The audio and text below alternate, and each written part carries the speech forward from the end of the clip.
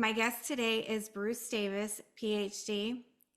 Bruce has had a life of STEs while helping many to integrate their own near death experience or spiritually transformative experience into a life of much heart, purpose, and well being. Thank you, Bruce, for joining us. I'm honored to have you. I'm honored to be here. Thank you for inviting me. Absolutely. And you've had many spiritually transformative experiences starting in the 70s, I understand. If you want to tell us about those. Yeah, I was in the 1970s, I was in graduate school in psychology. And at that time, there was all these new therapies, Gestalt therapy, primal therapy, transactional analysis. And I trained in all these therapies. And it was mainly about going back in your childhood and crying and screaming and learning about your early childhood and releasing things. And in those days, we thought that was reality. What you think about, and then what you feel. And if your feelings are mixed up or complicated, or you're having problems, you go into your early childhood and express your feelings, and then you're free. And that was the idea. Anyway, I was in a graduate seminar in the early 1970s, and there was a woman in the class. I was on a ranch, and we spent the night there. And she was a shaman. And in those days, we did not know what a shaman was. But one night in the seminar, she came into my dream and sat on the end of the bed. And I woke up and I was quite startled. And the next morning, I went to her. And before I said anything, she said, "Do you remember me coming to you last night?"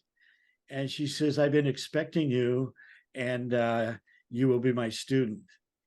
And what happened for the next 4 years, she would come into my dreams and take me to places on the other side, um, take me to all different sorts of realms. And being a intellectual graduate student in psychology, this was a little bit of a shock for me. And she would have like a small group of us. And that night she'd come into each person's dream and she said, "You and I did this. And you and I, we went there. And you never went to sleep. So I got tired of waiting for you." And she went around the whole group. And one time she came into my dream and I told her, "No, this is not real. This is only a dream." And she said, "Oh, yeah." And she pushed me and I woke up on the floor. Anyway, what happened was that she would take me to dream classes on the other side, where souls who are sleeping, but also spirits that are already on the other side, would sit in these classes and learn. And she'd take me to the Akashic records, where you could look up the record, the history of your soul. And I had 4 years of this experience. And she told me, "Bruce, you're the most stubborn student I ever had," because it was a complete shock to me as a normal kid who came from Denver, Colorado with no spiritual background. And to realize that there's a much bigger reality than our feelings and our thoughts. This led me to and during this time, I wrote a book called The Magical Child Within You, because all these studies were out about reliving the painful child and going through your birth again and reliving all the trauma, but nobody was talking about capturing the magical child, the innocent child, the joyful child, our intuition, our spontaneity, living from our joy. And so with the experience of the shaman and my study in psychology of the magical child, it started a 50-year career of exploring the heart. I've been told that The Magical Child Within You was the first book on the inner child. So, but now this is very normal, the idea that there's an inner child. But back then, all the adults I looked at were so serious. And my teachers were good people, but they were no fun. And here we were with all these new theories in psychology and, exploring all of our childhood pain and all this stuff. But what good did it do? They were no fun. They were serious. They were boring. And so the shaman awakened my magical child. And I had many experiences. During this time, I also went to Bali. I've been going to Bali regularly since 1976, and also went and lived with the healers in the Philippines, the psychic healers. And what I discovered is that in modern Western culture, you either believe in God or you don't believe in God. But in other cultures, they live with God. And that's a whole different experience.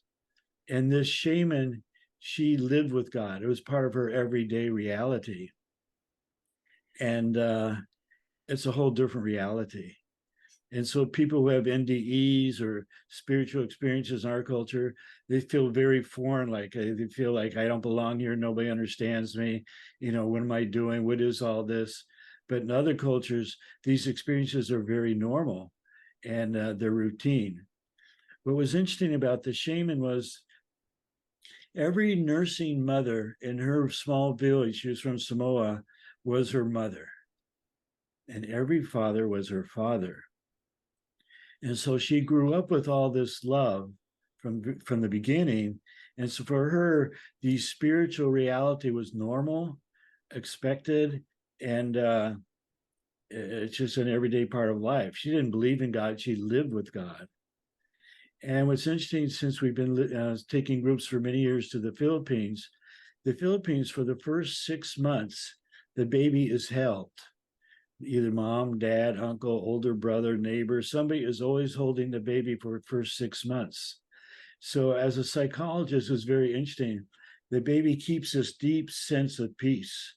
Those of us who've been with babies and little children, they come into this world like this deep well of peace. They're living with God, in God. They're continually held for the first 6 months. And in America, everybody wants to get back to work within 2 weeks. And if the baby cries a little bit, it's all right. He has to grow up sooner or later.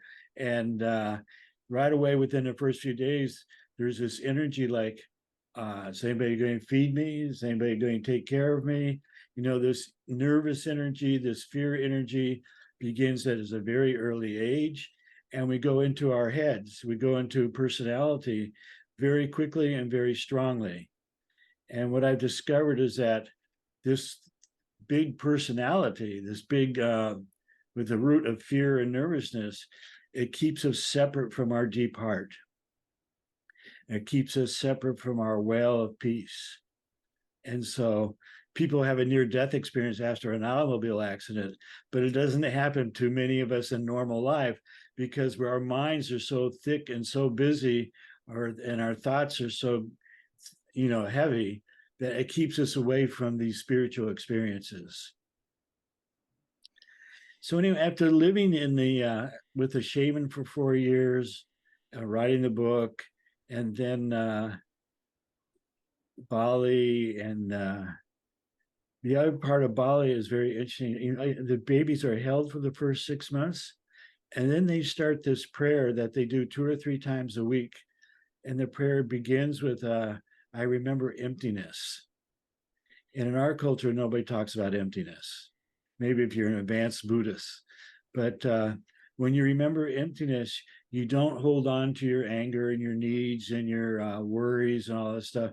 It keeps you open to your deep well of peace. And the second part of the prayer is that you offer everything to the one God. So you offer.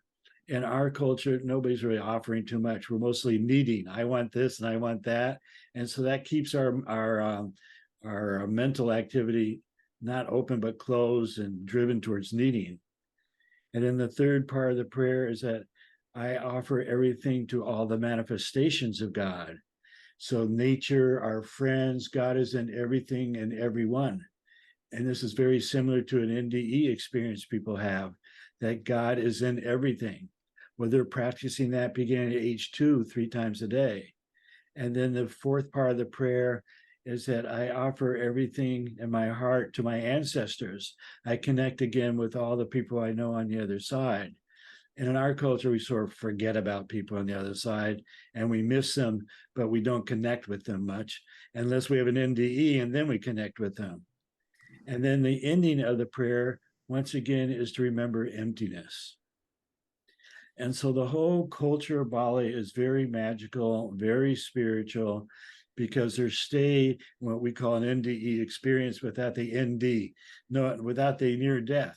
You just stay in the experience of emptiness and then offering everything to the one God, offering everything to all the manifestations. You see God in everyone and everything. It's all alive with God. And then you offer your heart to your ancestors or your parents or whoever, and you stay connected with them. And in our culture, we like wait for them to come to me. We don't think about offering first, giving our love to them first. Then they come, it's more natural. And then they remember emptiness again. So, as a psychologist, that was very powerful for me to enter into another culture and realize how they stay connected to what we call the other side. For the Balinese, the other side and this side are one and the same because you're living with God. It's all right here, it's all present. What happens in modern culture is that we don't feel this big ocean of love. Our personality, the ocean of our awareness, which we call constricted awareness.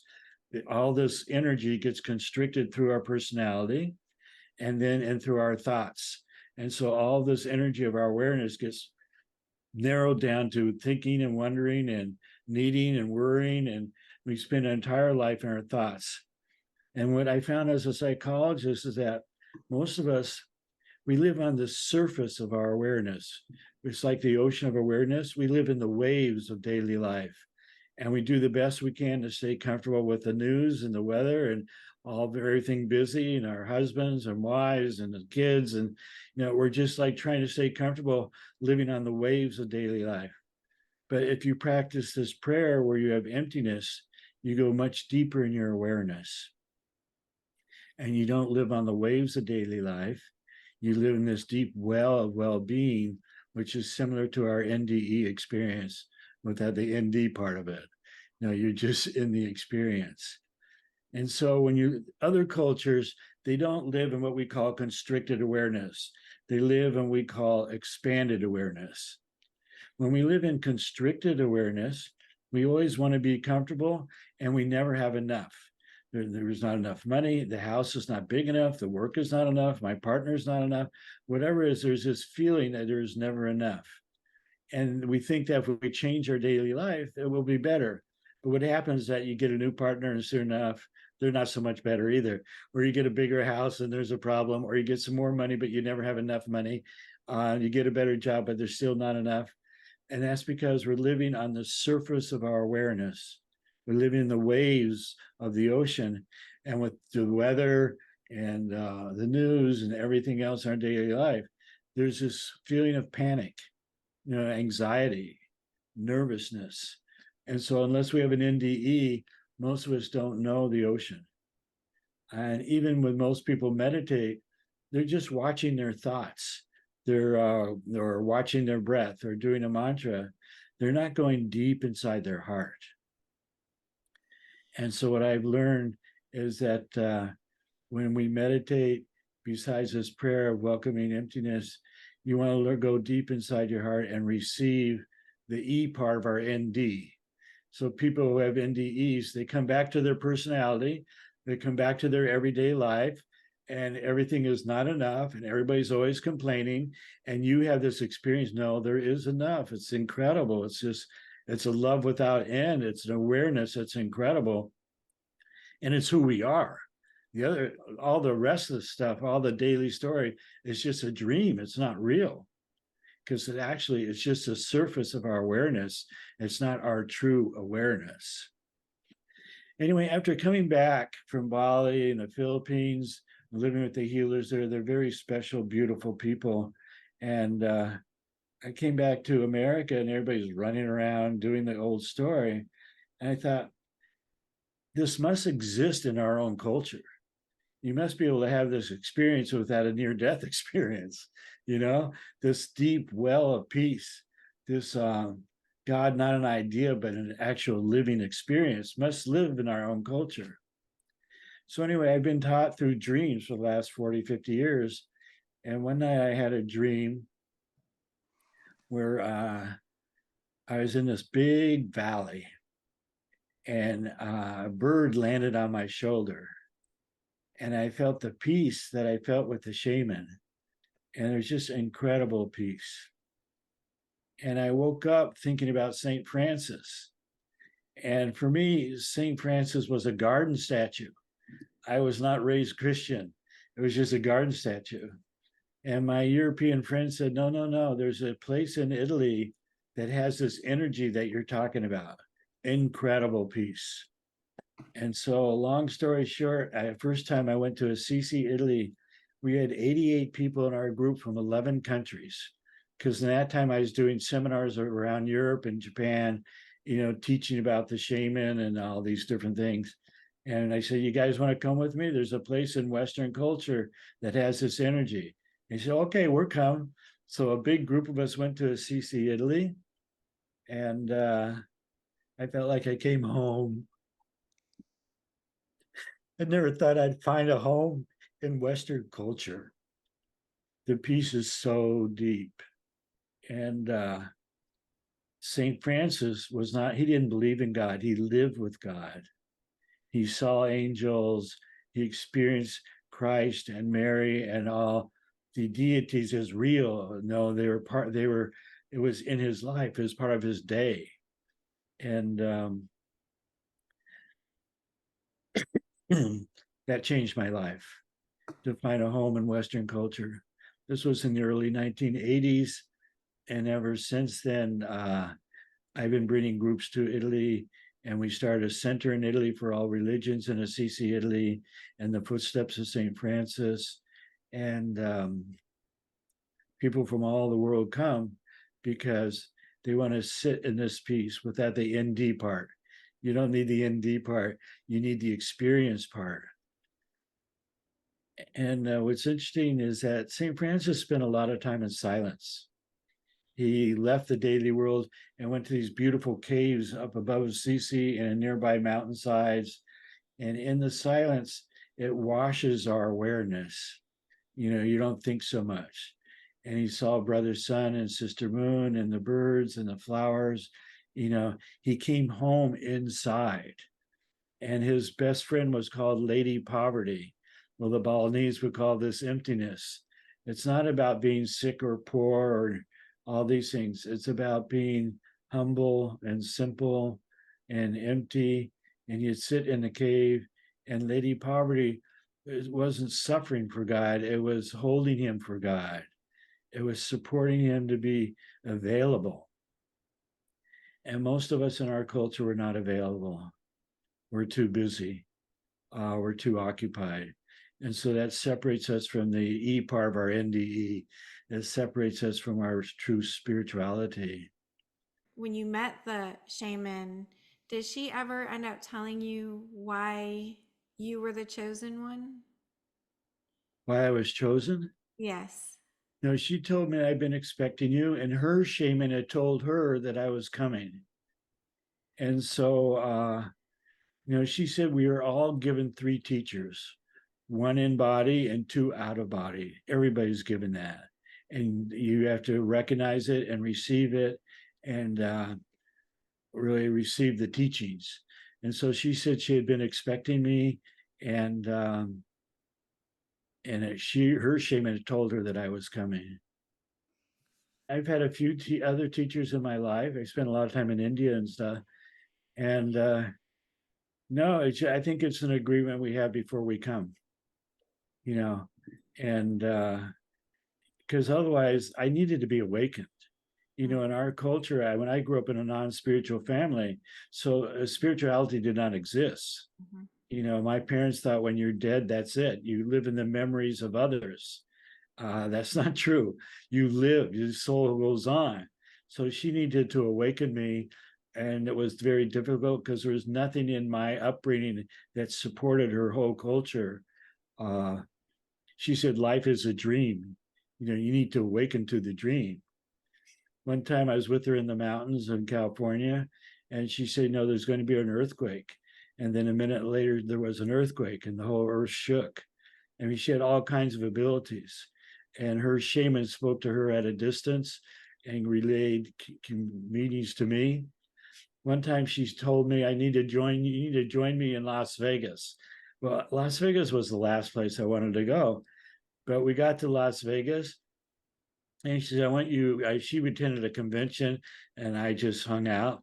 And she said, you need to get a ticket to Sacramento because we're going to fly to Sacramento and go to a town called Paradise, California. And long story short, she was given a name and an address in Paradise, California that neither of us knew. And we drew to this address. We took the plane to Sacramento, got rental car, went to Paradise, knocked on the door of this home in Sacramento and Paradise, California. And the woman opened the door and said, "I've been expecting you." And she took me in, took us in as her part of her family. And this was very, so my Doris, the shaman, introduced me to family in California. And she had a meditation group. It was a group of older ladies, and they're all very loving and spiritual. And we would go visit them every few months. It was like having a spiritual home in our culture. So all kinds of events like this happened over the 4 years that she introduced me to people and to experiences that I would never have had otherwise.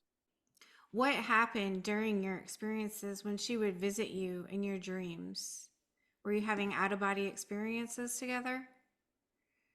Yeah, I mean, in those days we didn't use those words. Um, a lot of times I could just feel her presence in the room, and she'd tell me who was with me, and she'd teach me to see spirits and angels just by feeling the subtle energies, the energy of this beings in the room. And then when she'd come into my dreams, she'd take me to places, dream worlds, astral planes, and to higher realms, and in the dreams. But the dreams were not like a normal dream, they were like lucid dreams, really clear, very powerful. And in those dreams, you feel your awareness is huge.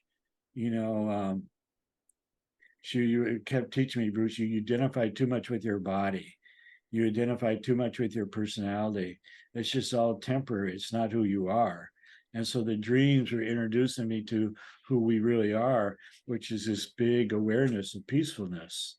And so, no, it was a long time ago, but there's lots of experiences. I wrote a book about this called The Heart of Healing. It was an autobiographical, and it became a big seller, and it was translated in many languages. So this got me started traveling around Europe and Asia and stuff. People want to know more about these things. And I met my first wife in a dream, and then I ran into her physically about 6 months later and recognized her from the dream. Wow, Yeah. that's amazing. I love that. I want to learn more about these psychic healers that you were with as well. How was that? What was it, like a community of psychic healers or a house of them? Or tell us about a little more details about that. Well, it was interesting. The weekend I met the shaman was the same weekend I was at a ranch. And the owner of this ranch had just returned from the Philippines. He had a brain tumor that could not be operated on. So he went to the Philippines for psychic surgery. And in the Philippines, there's a film of this that I watched. And I thought, wow, this is really weird. And they removed the tumor in the Philippines and came back. And then sure enough, it was gone. So beginning with the shaman, and that week of seeing that film and meeting this normal guy who was the owner of the ranch, I was always interested in the psychic healers of the Philippines. And it's a whole story. It was a big part of the book I wrote of going to the Philippines, and it's a remote area called Pangasinan, near a few hours from Manila on the main island. And it's not one house, it's a village, it's a whole community of Spiritista healers. And I think it still goes on. But this was back in the 70s. And then there was more publicity about it. People would come from all over the world for these psychic healers. And we met many healers. And then I was given, there's a fun story. I was given one name of a lady who could help us find a healer to learn from. Anyway, somebody gave us a ride out to this area, left us in this area, and we spent a night at a hotel and visited some healers nearby. And then we didn't know where to go. We were basically lost. And we got on a bus going in one direction because we thought this is where we're supposed to go. And I turned to the lady behind me and I said, "Do you ever hear of a lady named, I forget the name, but Madge, so and such?" And the lady in front of me said, "Who are you looking for?" I said, "Madge, so and so." She said, "That's me." And so we met this lady on the bus, and she spoke English, and she took us to, "I think you're supposed to go see this healer." And this healer had been expecting us because her shaman, her healer, had told her we were coming. And she made room in her house, and we stayed there for like 3 months. And she taught us about how to become a medium and psychic healing. And it was a whole adventure. Do you have any gifts, any psychic abilities, or any clairsentience, or any of those gifts as a result of all your training? You know, what happens is that once you come into your deep heart, you live with all these things. You know, no, I tell people I'm a newlywed because my wife and I have only been together 30 years. You know, you see this soul in each other. And the reason why people have so many problems in relationships and stuff, because we relate to each other's personalities, but that's just the clothing. What we talk about, what we do is not so important. What's important is the soul of the people we're with. You know, like your soul is this deep well with gardens growing in it. And in these gardens is a very special presence. That's your unique presence. And in heaven, you are this presence. And it's hard to put words to it, but I don't know why, but there's this well, there's this deep garden inside of you, and in the middle of your garden, there's this growth of beautiful like fruit trees, but they're big trees. And I don't know if that means anything, but there's one side and there's the other side, and then there's all these trees in the middle, and each side is this garden of incredible flowers and fruit. And it's not like a garden in this realm. It's a garden full of presence, and you could walk in your inner garden, and it's very beautiful. We have access to this inner garden now. Yeah, I see it in people. It's you in your inner garden. And so a lot of times in retreats, I used to do this more than I do it now because I've gotten shy. I would tell heaven stories. I'd tell people about heaven inside of them.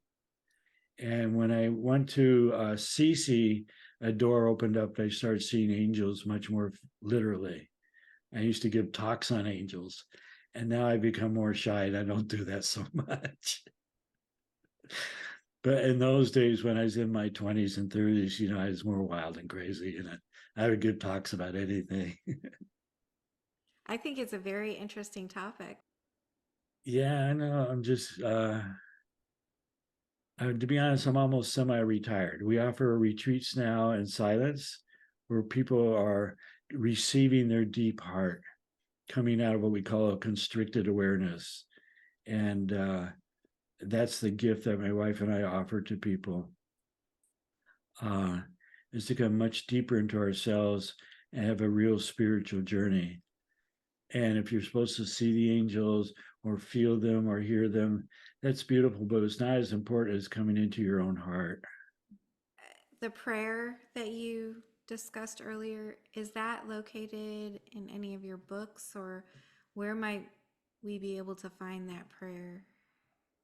Well, it's the main prayer in Bali. And the book that I was talking about the shaman in the Philippines and everything, I think it's in that book, but that book is out of print because it's from the early 80s. Um, but it's the main prayer in Bali, and it's just two parts of it. First, you remember emptiness. That's a good way to start meditation. Most people, they go in meditation with all their worries and all their daily program, and then they try to meditate and nothing much happens. It's boring. But if you start your meditation with remembering emptiness, you let go of all that. And then from your heart, you offer everything. And so it's really emptiness and offering. And this can also be found in Catholicism, Buddhism. It's in all the religions. Emptiness and then offering. In our culture, we're not really taught about offering. We're more into wanting and needing. But the offering opens the heart. The offering opens us up. And then you receive, like with your friends or your family or partners, you want to offer everything and then it comes back. If you just want everything, after a while, they say, all you do is need me all the time. Mm. It's what we offer in the relationships. Well, it's the same thing on the spiritual journey. We offer everything, and then you sit with that, And in Bali, the priest or priestess comes and blesses you after you made your offering, and you just sit in the temple and receive, you know. So it's emptiness, offering everything. And then the third part of meditation is receiving. We need, you want to receive inside deeply, to receive what's in your heart. And that's basically the meditation. And that's what we teach in a CCLE, and is what we teach in silent stay retreats, is to let go, offer everything, and emptiness, and then letting go and offering, and then receiving. And in a few minutes, you can have what we call an STE. Wow. But it's natural. It's who we are. Yeah. Thinking all the time is just a habit. It's just cultural. And unfortunately, normal people, they have an NDE, and then they have no support to live in their NDE, to live in the experience. So they come back and they get divorced, they lose their job, or all these difficult things happen, and they don't understand really what happened to me, where am I, what's going on. They're the normal people, and then the people who are like running around acting crazy all the time, that's not normal. That's just Western culture. What do you think is the main factor in the Western culture here in the United States, for example, that prevents us from living like the people in Bali or the Philippines? Is it our diet, our lifestyle, our boxed religions? What do you think is I tell people, as a psychologist, if I could have one prayer in this world, it would be that every baby would be held for the first 6 months. And I tell people to meditate on that. Imagine being held for the first 6 months, how deep the peace would be in our nerves and our body. Our soul would be very present. And then the second prayer, since for most of us, it's a little too late to be held for the first 6 months, uh, we teach this meditation of letting go and offering and receiving deeply in the heart. Most Western mindfulness and most Western meditation does not talk about receiving deeply in the heart. You want to receive the silence of your heart and drop anchor here. And then we're not pulled away so much from who we really are. We live in the busy world. My wife and I live in the normal world, but we're anchored in our meditation. Uh, and it's important to have, there's three things: meditation, community. One or two beautiful souls in our lives is really important. It's really important that NDE people support each other, because then they're not alone and they feel like they're okay. And the third part, people ask, well, why am I here? What's my purpose? It's very clear. Our purpose is to serve, to give as much love each day as we can. And this is part of the offering. And we were into feeding homeless people in downtown San Francisco for many years. And we've had 200 or 300 people living on the streets every Saturday. And we had only one rule: we had no meetings. I hate meetings. We would just collect whatever food we had. And we took teenagers from the wealthiest private school in Marin County, and we would all meet on a corner in downtown San Francisco, and we would pass out the food. And we did that for like 10 years every week with no meetings. We never needed a meeting. Whatever food shows up, we give it away. And all of us are called to service. It's not the big things we do, it's every day, the little things that count. And that expands our NDE experience. It keeps us in it. Uh, you hear about people having NDE and they went, well, why did I come back? Usually it's not for big things. It's just to come deeper in your soul with that awareness. If we were raised in a Franciscan community, or raised in Bali, or in the remote parts of the Philippines, or in parts of India, they live this way naturally. They don't need NDEs. from all of your experiences, you wanted to share this lifestyle or these gifts with the world, correct? And you created some centers where people can go for peace and healing. Right. So in the 80s, we started this center in Assisi, Italy. It's meditation in the footsteps of St. Francis. And CNN and Leisure Travel Magazine have named it as one of the top 10 meditation retreats in the world. So we're really honored by that. And there's a team of retreat leaders that keep it going all year round, year after year. We lived over there for 12 years, and now we returned to California. But CC Retreats continues this meditation in the footsteps of St. Francis. And people, all kinds of people from all religions or no religion, come and sit in the peace of Assisi and walk in the prayers of St. Francis, which is very similar to the Balinese prayer: emptiness and offering and receiving. And the team that run it, we have a man who was trained as a Thai monk, another woman who's lived in India for many years. Uh, we have a contemplative Catholic priest. We have a Franciscan sister. So the people who are running all the retreats are very special people and trained in different religions. But it's not about religion, it's about the heart and coming deeper in the heart. And then we started missing our kids and our grandkids. So we moved back to California, and now we're running silent retreats in Santa Barbara.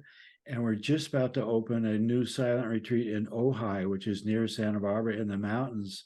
We have a 110-acre hermitage that we're going to start opening silent retreats there. And it's very good to spend a few days in nature and silence. And more important, just listening to the silence of our hearts. And people can find us there at silencestay.com. Our daughter teaches with us. She's a developed spiritual yoga teacher, so she teaches yoga from the heart for those who want it, and it's mostly we teach slow living. We're trying to get people out of this anxious, busy, thinking all the time lifestyle. So we're encouraging them to learn slow living, and this puts us back into the experience of our NDE. Everything is slower. There's no time. And so this experience of no time grows out of slow living. And then we meditate together 3 times a day. And people just need time to unwind, to slow down. And it's good to learn to do nothing, just to be. Yeah, to be in silence. And the silence washes our awareness. I was trained as a therapist. The best therapy is silence. Silence untangles the knots and washes our awareness. If we have a minute or two, I got a funny story about this. Yes, we do. Yeah. This couple came to us from Colorado. They were on their anniversary, and it was a surprise travel for the wife was giving to the husband. And he asked her, well, where are we going? And when they're on the plane. And she said, we're going to a silent retreat. He looked at her and said, you're kidding. You're spending my vacation time and my money taking me to a silent retreat. And they proceeded to get into this huge argument. And they fought all the way on the plane, when they rented the car, when they got to the retreat. They fought all the way until they got to the gate. And then they had to be silent. So they quit fighting. Anyway, at the end of the retreat, they came up and told us the story. And he said, well, since we couldn't argue, we just started just being with each other again and remembering the original relationship. And by the end of the retreat, they were madly in love and holding each other and saying, what we argue about is really not important. And so they're remembering why they came together and realizing that the people we are with, they're a gift. Every person in our lives is a gift, and you want to receive their presence. What we talk about and what we do is not really that important. You want to receive the presence of that person. And I share another story. This lady came to us who had a big NDE, and also several people in her family and friends had recently died. And she was basically living out of her car. And she came and stayed with us. And after a week or so, I went and saw her. He said, normally people don't stay here. It's not what we do. We just offer this for a few days. And she said, okay, so when do you want me to leave? I said, well, why don't you stay for another week and then go, okay? and I'll check on you like next week. Can you leave? And I'll check on you next week. So next Friday, I went and checked on her, and I said, "Well, are you ready to go? I mean, you thought about what you can do?" And she said, "No, I haven't really thought about it. I've been reading one of your books, The Monastery Without Walls, and loving it and just enjoying every day, and I haven't really thought about it." I said, "Well, are you still going to go tomorrow?" Oh, she said, "No problem." And then what I thought about for normal people, they would have started Googling a place to live, Googling a work. They would have spent the whole week worrying about what they're going to do next. And this lady, she was completely free. She said, "No problem. I'm going to get my car tomorrow and we'll just see what happens." And that was the result of her NDE. She was totally free. Sure enough, she got in the car the next day with her blanket. She spent, I've been a couple of days in my car, but then I remembered somebody I knew I lived nearby. I went and visited them, and they invited me to stay. And I found a word, and she sent us a letter about how she's doing. And she said, "Everything's fine, everything's good." And she was living without any fear. And she was always been a teacher for me, because us normal people, we would be like, "Oh my God, what am I going to do in a week? I need to Google, I need to find a place." I went out, we'd be panicked. She wasn't panicked at all. She just was free.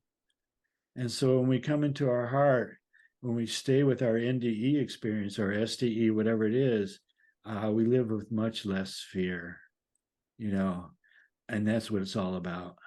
So you said you had a few books. Where can we find those? You can find all the books on our webpage of silentstay.com. They're listed and they're all on Amazon. So The Magical Child Within You is still available from the early 70s. And then 30 years after The Magical Child, I wrote a sequel called The Calling of Joy. And that book is available on Amazon. And then in the 1980s, I wrote a book called Monastery Without Walls, for the monk or nun and all of us that once they have this solitude, this energy of being a monk, but we don't want to join a monastery. And then in 1985, I wrote a book called The Little Flowers, and I spent a year listening to the Holy Mother. And this is my favorite book, and it sold the least. I spent a whole year listening to her every day and writing it down. And after that year, I felt I was done. That was it. There was nothing else.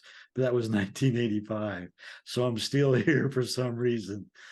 But she spoke to me every day about being aware of the presence of love and receiving love and slowing down. And it was just day after day after day. She kept talking to me, and I wrote down what she was telling me, and to receive the little flowers in life. So the book is called The Little Flowers. And the little flowers in life are the little moments, being really present. And then there's a couple other books. So every few years, I would write a book just for my own personal therapy. Yeah. Well, you have a lot of gifts to share with the world, and I'm sure you're very appreciated. I appreciate you. I'm going to check out your books and buy a few of them, and I feel like I can get a lot out of those. The silence, bringing peace, I think is so important because you're right, especially in our culture. It's so fast paced, it's go, go, go. Um, there's a song, I'm in a hurry to get things done, and that's how I feel in my life sometimes. I'm always in a hurry to get everything done. So, for what? For why? There's no Yeah, reason. this feeling of being in a hurry, it separates us from our deeper self. And there's no support for your deeper self. So we have to give it to each other. So it's beautiful the work you're doing with the NDE and SDE community. Um, all of us need that, to have community and realize that it's not about being in a hurry. It's about being present, yeah, and enjoying life. What tips can you give us that we can implement into our daily lives to try to teach us how to be more present? Well, that's our meditation practice. And I take a walk every day on the beach, and just practice being present. And underneath our daily story is another story. And that's where we want to live, in this other story. It's not about what we do or what we think about. It's about what we receive. And that's the heaven realm inside all of us. So we want to get in touch with the story underneath our story. And when you live in the story underneath our story, you have a lot more trust. You feel the presence of your river of life, you feel the presence of life itself. And so everyone who's had a NDE or STE or lives in this reality, you want to live in the story underneath your story. And there's not much support for this, so we have to support each other. So that's a meditation practice, community, and then what service we give in the world. That keeps us in the story underneath the story. And that's a whole different way of being. Uh, you're not panicked about money or what's happening with a partner. There's no panic because in the story underneath the story, it's the opposite of fear. Love's presence is always here, and you're anchored in that. And that's who we are. And so someday when we go to the other side, we're just, as everybody knows, we're going home. But that home is not the other side. That home is here. It's in the story, underneath our story. And so in our culture, we hold on to our daily stories so tightly and we're trying to control it and run it and make everything work. And that holding on keeps us away from the story under the story. So it's a practice of not holding the daily life so tightly, having emptiness, letting it go, and going into the story under the story, which is the presence of ourselves and each other. The sacred presence, the presence of God. And I think more and more people are realizing this, particularly the NDE community. They're very beautiful people. We've met many of them, and they're very special. And we need to hold each other and love each other and remember that this is the true reality to bring people to the story underneath our story. Do you feel like the world is waking up? Yeah, it's both. I mean, it's incredible. I mean, the NDE community, I think, is a big part of waking up the world. When I first started having these experiences, nobody was talking about NDEs. This was 1970s and 80s.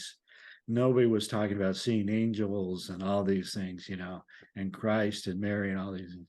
And then all this happened in the 90s and later, And so I think that's a major development.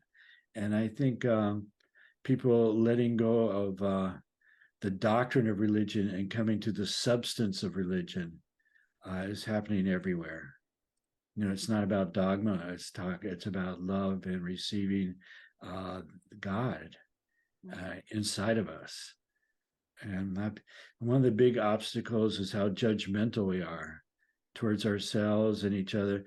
Judgments, I tell people, are like steel doors. They close us down from ourselves and each other. And when you make a practice of letting go of judgments, it's a whole different life. Judgments hold us into our story. Oh, I need more money. I don't like this person, or I need this, or I want this. All of our judgments are like doors in our awareness, and it keeps us separate from our hearts. So just a practice of letting go of judgment, it opens up a whole nother life. Yes, that's very deep. I'm Yeah. learning so much from you right now during this. It's been very enlightening for me. Yeah. Well, it's beautiful to meet you. I wish you everything good in all that you're doing. Thank you so much, and the same for Yeah. you. You've done amazing things, and I really admire that and respect what you've done for the spiritual community. Um, I noticed even in the past 20 years since I've had the beginning of my spiritual journey, it's changed significantly, and in our culture, it's becoming much more widely accepted. And I think part of that's due to social media where we can share ideas and talk about things with each other. We don't feel so alone when we have spiritual experiences. But really getting to the root of it and finding the story behind the story, like you were talking about, in the silence within us is something that I think is something I have to work on myself. No, you are all that. And when I began, there was no such thing as social media and computers and all these things. So my generation, we were basically alone in these experiences. And now you're right, there's a whole community out there. Mm. I just want to invite everybody to spend more time in silence of their heart. You know, everything that we're looking for in the world is inside the silence of our own heart. And you want to be like a sponge. You want to receive the deep quiet, stillness, gentleness, peace. Every day, that's our practice. And then that comes into our awareness. And when it comes into our awareness, it comes into every part of our lives. But it all begins with receiving the deep heart inside our heart. And it's beautiful to meet you. I want you to thank you for reaching out to me. Yes, well, thank you for coming on and being my guest. It's been an absolute pleasure. Do you have any last words of wisdom for? Well, I created this as support for people who've had NDEs or who've lost a loved one or maybe who are facing death. Do you have any words of wisdom for people? Yeah, I encourage them to join these IANDS communities all over the country. I've been part of several of them. I've spoken at a couple of their conventions. And so really reach out for community and then your community, and there's other communities online. Um, so then you don't feel alone in this experience and you get the support you need because community is real important during this time. I agree 100%. Okay. Thank you so much for joining us tonight, All Bruce. right. It's been just wonderful to talk to you, and I look forward to reading your books. Okay. Everything good for you. Everything good. The same for you. Thank you. Okay.